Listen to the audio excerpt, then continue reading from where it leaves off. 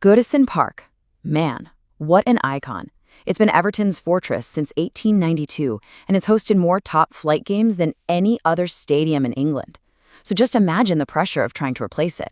For 30 long years, the club was on a quest for a new home, hitting dead end after dead end, until they finally landed on this, a historic water-filled dock on Liverpool's Waterfront.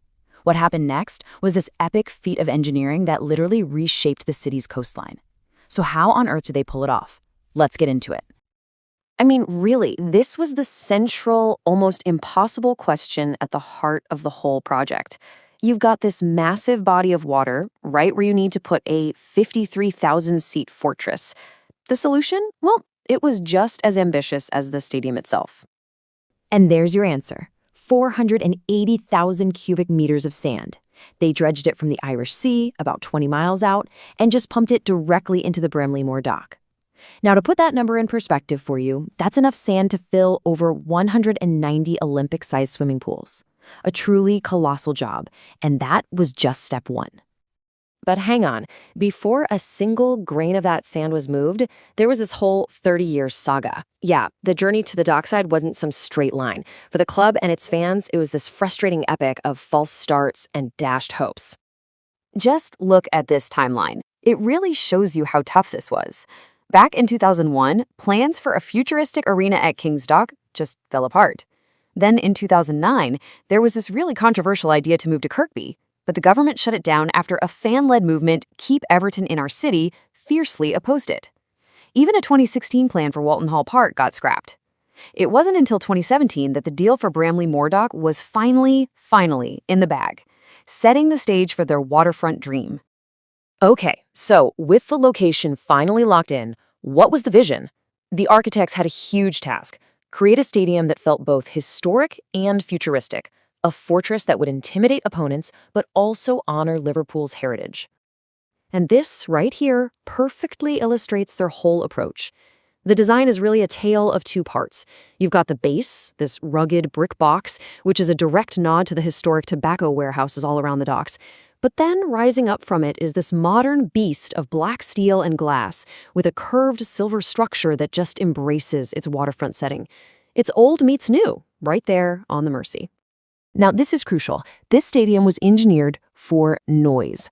The south stand, nicknamed the Blue Wall, is one single steep tier holding 13,000 fans.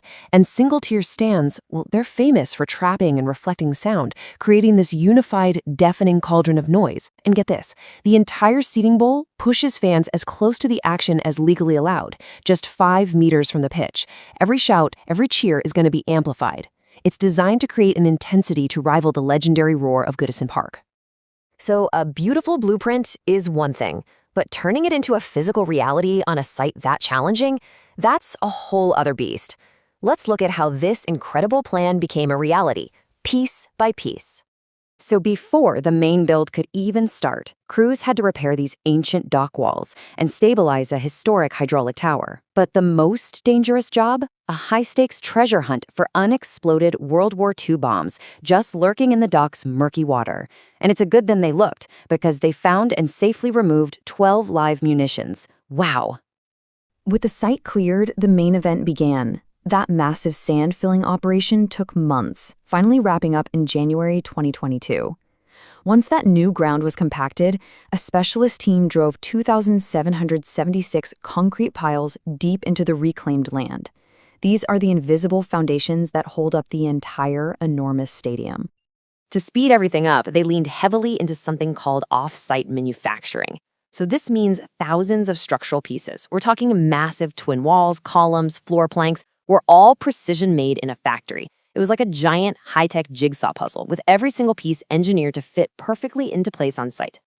Guiding this whole process was a digital-first approach. For the first time on a project of this scale, the contractor ditched traditional 2D paper drawings completely. Everything was coordinated through these advanced digital models. And this is a huge deal in construction. It drastically cuts down on errors and delays, and the process was so innovative it actually won them a Digital Innovation Award in 2023. But, you know, a project of this magnitude rarely comes without complications. And despite all the engineering brilliance, the new stadium definitely faced its fair share of controversy, backlash, and just spiraling costs. Historic England strongly objected to infilling the dock, and the development was actually a factor in Liverpool losing its UNESCO World Heritage status. That's a huge deal. Locally, new parking restrictions sparked a petition with nearly 19,000 signatures. And most tragically, the project was marked by the death of a 26-year-old construction worker, a really heartbreaking reminder of the human cost of these massive undertakings. And then there was the money. The initial cost was estimated at around £300 million. That soon rose to the figure we all heard about, $500 million. But by 2024, amid global supply chain crises and soaring inflation, financial records showed the club had committed over £800 million to the project. That's a staggering 60% increase on that expected cost. So, after the long search, the innovative design, the incredibly complex build, and all the controversy, what's the final verdict on Everton's new home? Well, from a purely construction standpoint, it's nothing short of a modern miracle. The stadium was actually completed on time, which is a remarkable achievement when you remember it was built through a global pandemic, a war-driven supply chain crisis, and all the immense challenges of a protected waterfront site. As one observer put it, the transformation of Bramley-Moore Dock from a pool of water into one of the world's most advanced football stadiums is nothing short of an engineering and logistical masterpiece.